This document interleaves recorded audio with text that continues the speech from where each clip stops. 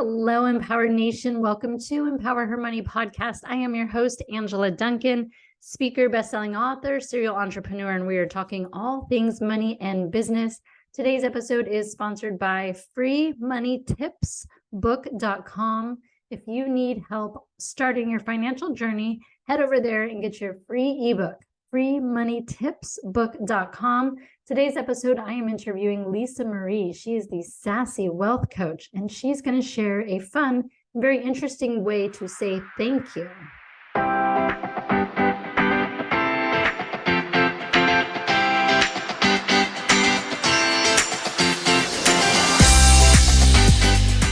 Welcome to the show, Lisa, the Sassy Wealth Coach. I just love saying that word, by the way. I've been practicing it leading up to our episode. So welcome to Empower Her Money podcast. How are you today? I'm doing good. Thank you. I do too. I like the way it rolls off. Yes. Yeah, it's fun to say. So why don't you start off by telling us a little bit about who you are, your journey and how you got to where you are today. Okay. Well, my name is Lisa Marie. I am the Sassy Wealth Coach. 7 years ago, just as of the 17th, so just a few days ago, I celebrated my 7th year in business, and it's all started back in 2016 when I was let go from my job. I was barely making ends meet already. I couldn't get assistance because you were right over that little mark,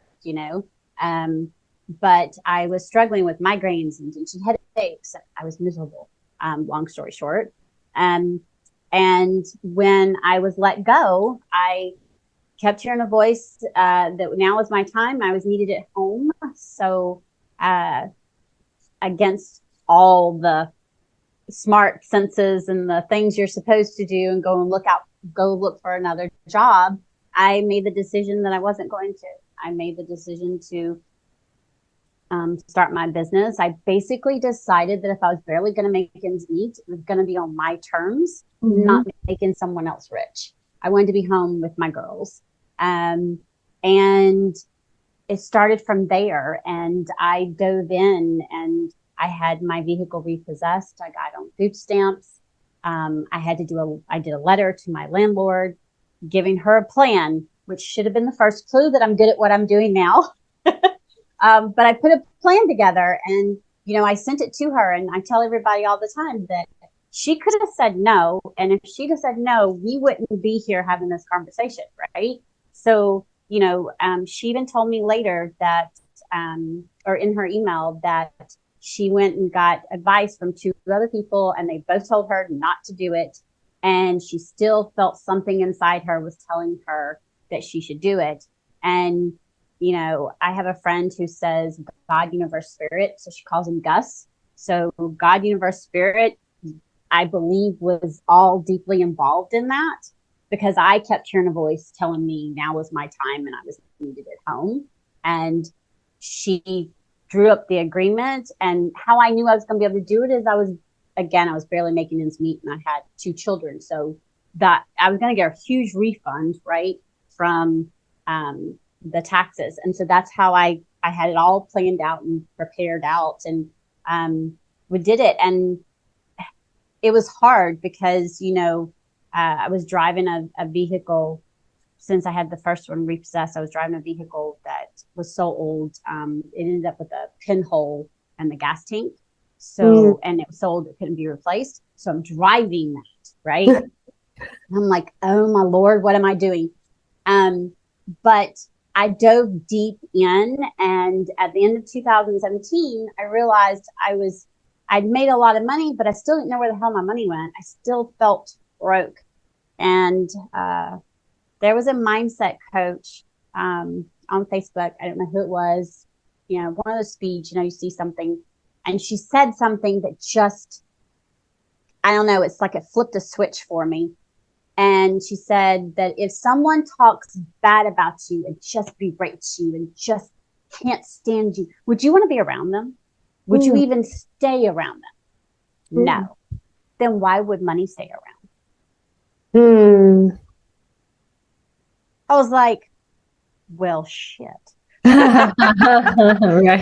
And I still think the same way. I go back and I think, well, you know, you know what? She's kind of got a point.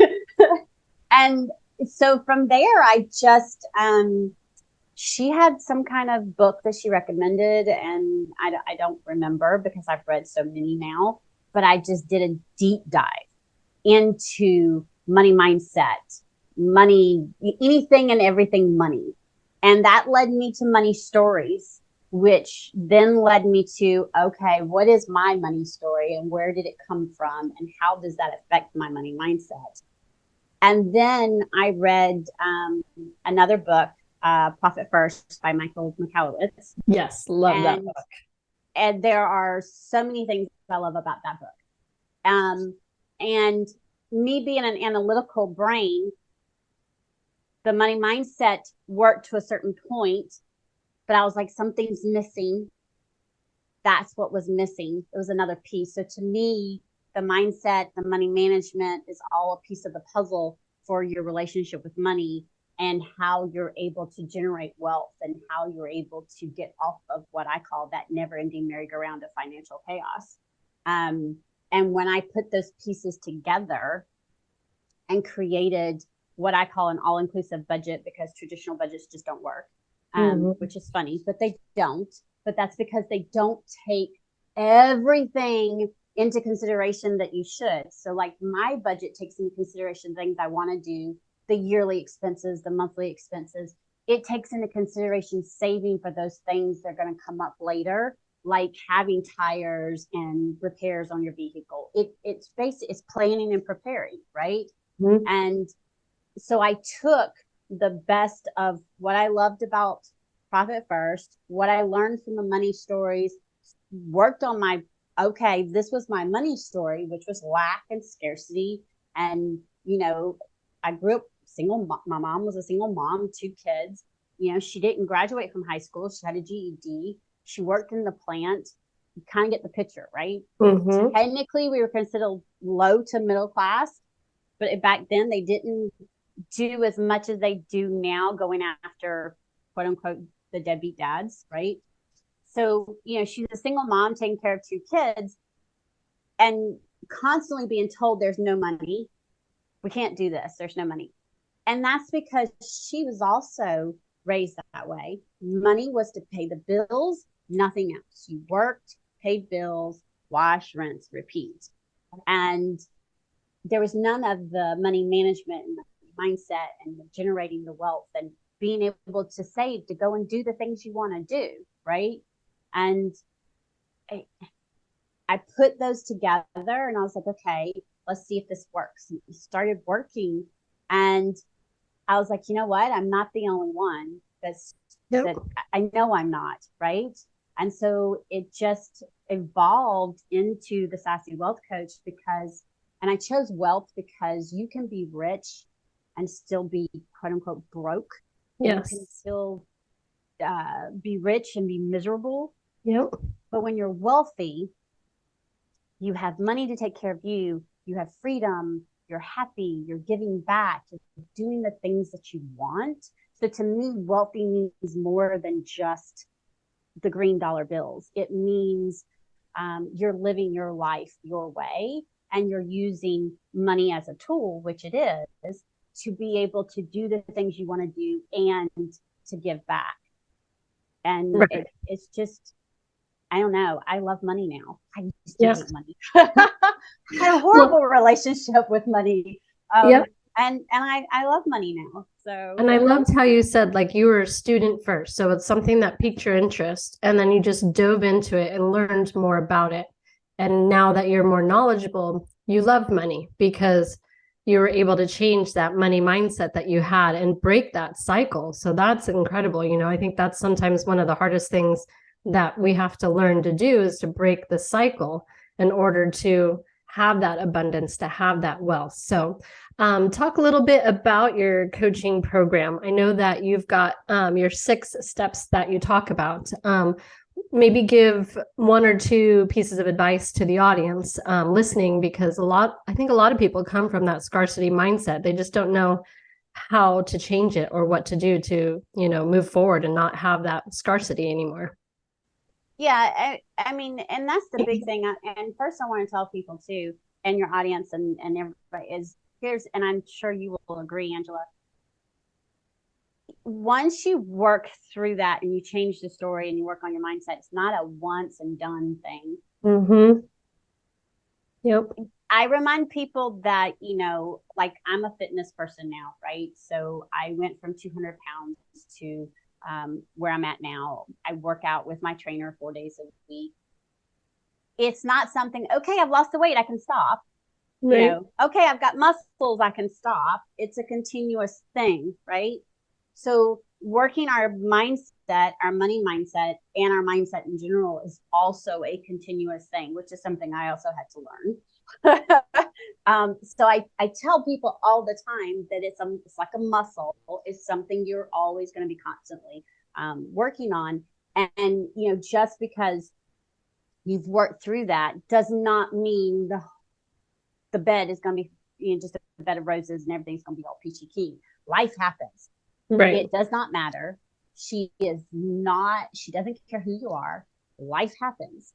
And having those tools and having the support is what helps you be able to stay grounded and work through that. And the reason why I bring that up is because I even mentioned it to my clients is because, and I shared it with them, is because, right now life is happening for me. There's personal things that's costing a little bit more money than we thought. There's some business thing that's costing more money than we thought. And it's got things up in a little upheaval right now. And I'll be honest, 3-4 years ago, that I was still working through working on the mindset, doing what I do, but still doing the work. It probably would have stopped me in my tracks a lot quicker and a lot longer than now. And it's because I have those tools and it's because I have the support. So I just think that's important. The first step, honestly, is recognizing what your beliefs are. So in my opinion, you have to actually sit down and be honest with yourself, right? So, some people say, oh, I don't hate money. How do you talk about it? What do you really say about it? Like, you don't have to be honest with anybody else, but be honest with yourself, right? Because I used to tell people all the time, I don't hate money. I just don't have any. But then one of the books I read, it said, when you think about money, what are the things you say? And it gave examples. Do you say this or do you say this? And all the negative things, most of them was what I said. And I was like, or thoughts. And I'm like, okay, I don't like money. There is this scarcity mindset going on. And so I believe the first step is being honest with yourself. Like, listing out the things. Do you think that money is only for the people who are born into money? Do you believe that you have to work hard to make money?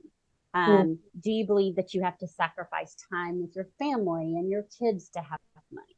Do you believe that the more money you make, for some reason, the less you have?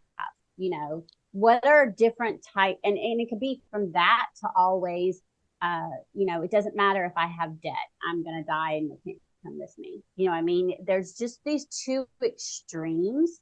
I have one client who didn't realize she had a scarcity mindset because she was hoarding money.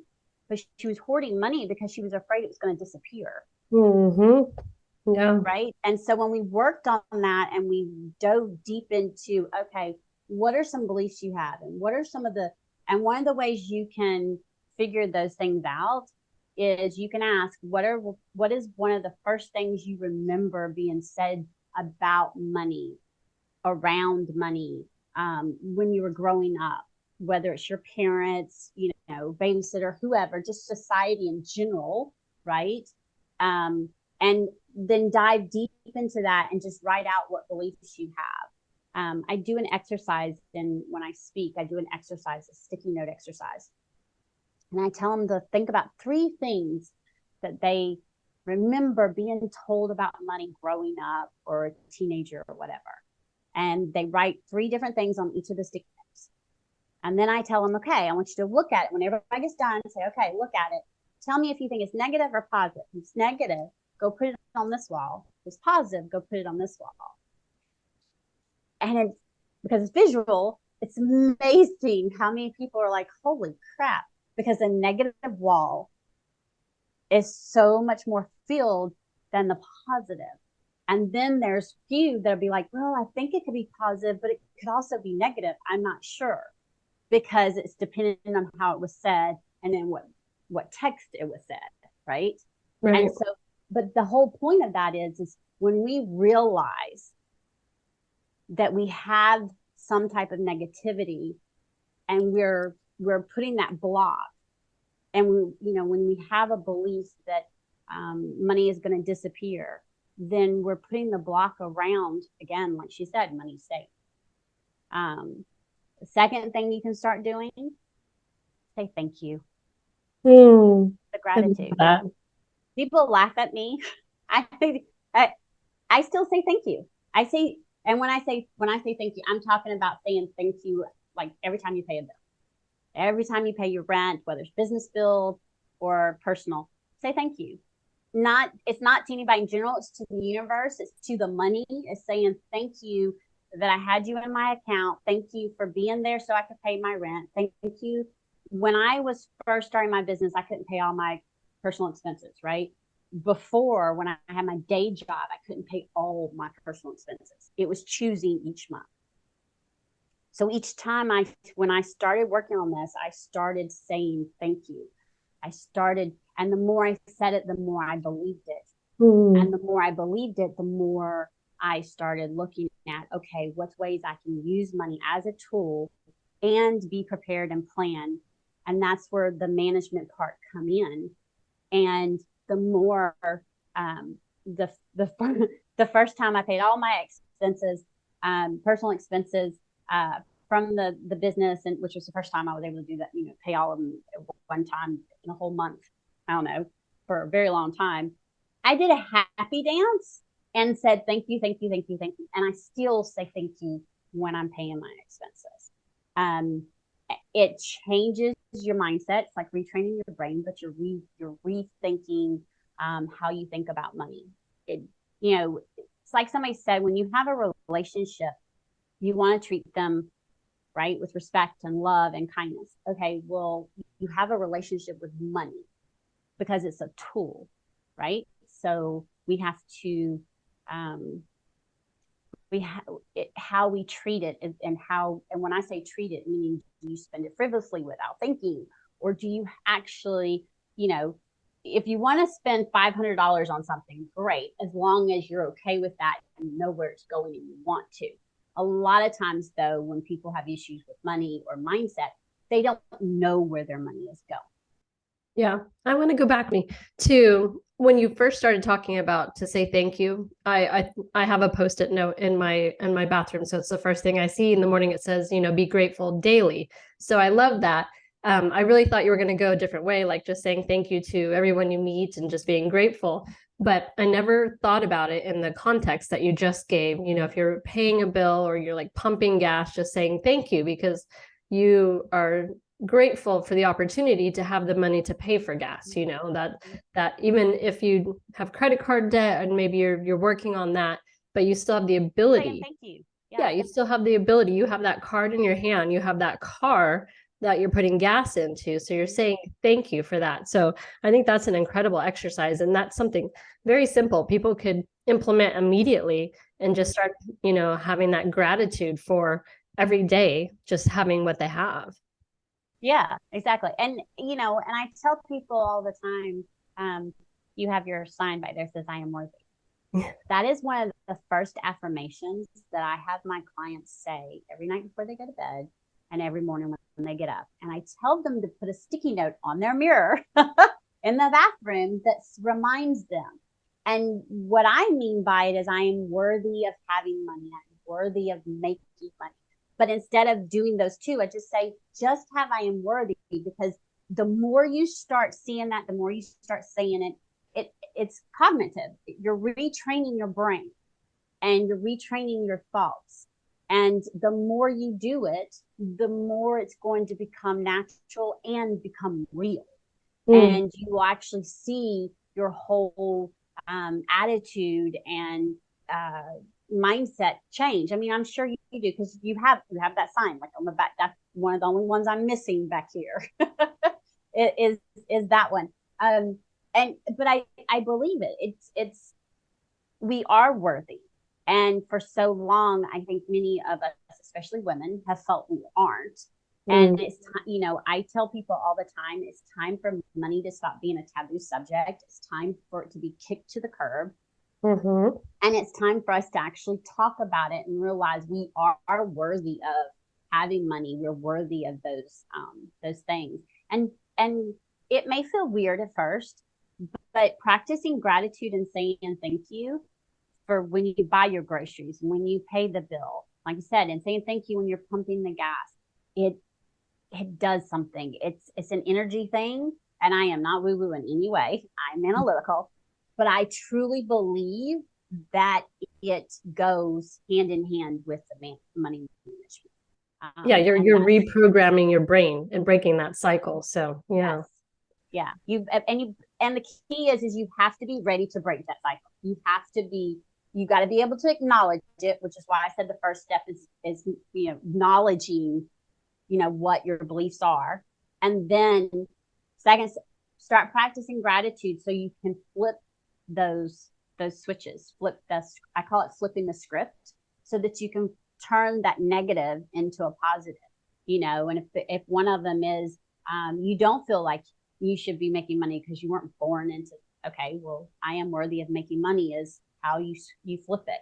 And it's just doing the things. And that's such a simple and immediate task, like you said, that you can go and start now.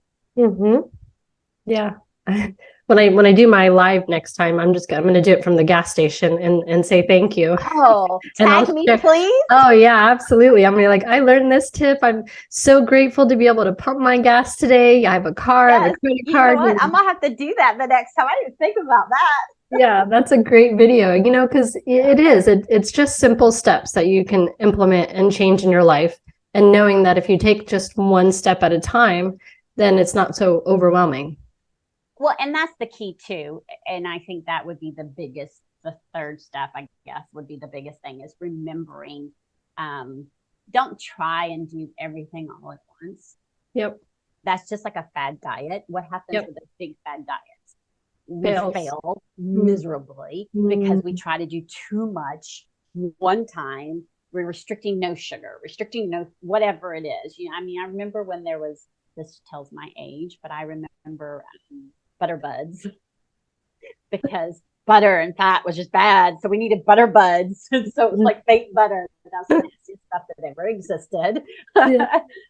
But I remember that. And I remember it just being, fat was fat. Okay, it's moderation. So that's the same thing, the same concept with this. Don't go and say, okay, no more out to eat. I'm going to use all this money for this. You might do well for 2-3 weeks, maybe a couple months, but something's going to happen. And then you're going to go to drive through or whatever. Then you're going to beat yourself up and you're going to think you're a failure and you're going to keep doing it. It's a vicious cycle. So what I recommend is one step at a time. Work on this. And then you're like, okay, Lisa, I'm at this point. What would I do money management wise? That's when you've got to be real with yourself and you need to do a check-in with your money.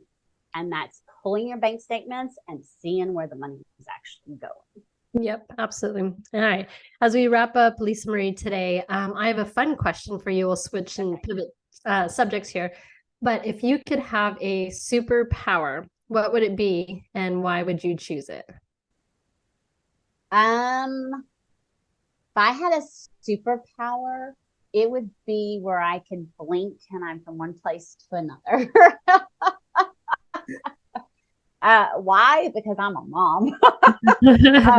And I feel like I need to be sometimes I feel like I need to be in 50 places at the same time. And also, I would be able to get to my clients whenever, they're having this moment or whatever, and they're calling me. I can blink and I can go up to them and go, no, you know what I mean? And just, and then blink and come back. So, where they're able to blink, think where they want to be, and they're there, and then come back. As long as I wouldn't get headaches doing it, that's what I would. That's awesome. So if our audience wants to get in touch with you, what is the best way for them to find you? Well, there's several ways. You can find me on my website, thesassywealthcoach.com. You can find me on any of the social medias. My thing is at the Sassy Wealth Coach. That's what it is, or excuse me, at Sassy Wealth Coach on all of them. I'm mostly on Facebook and Instagram, but I'm also going to be on TikTok now. So, yeah. Great. I really appreciate your time today. That was some awesome advice. Thank you. I love it. Thank you. And that wraps up another episode of Empower Her Money podcast.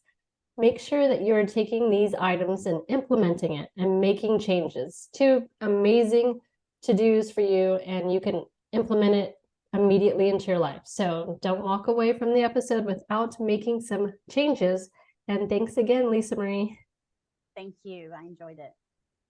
Thank you for tuning in to another episode of Empower Her Money podcast. Make sure you leave me a 5-star review, share this podcast, subscribe, and share the message.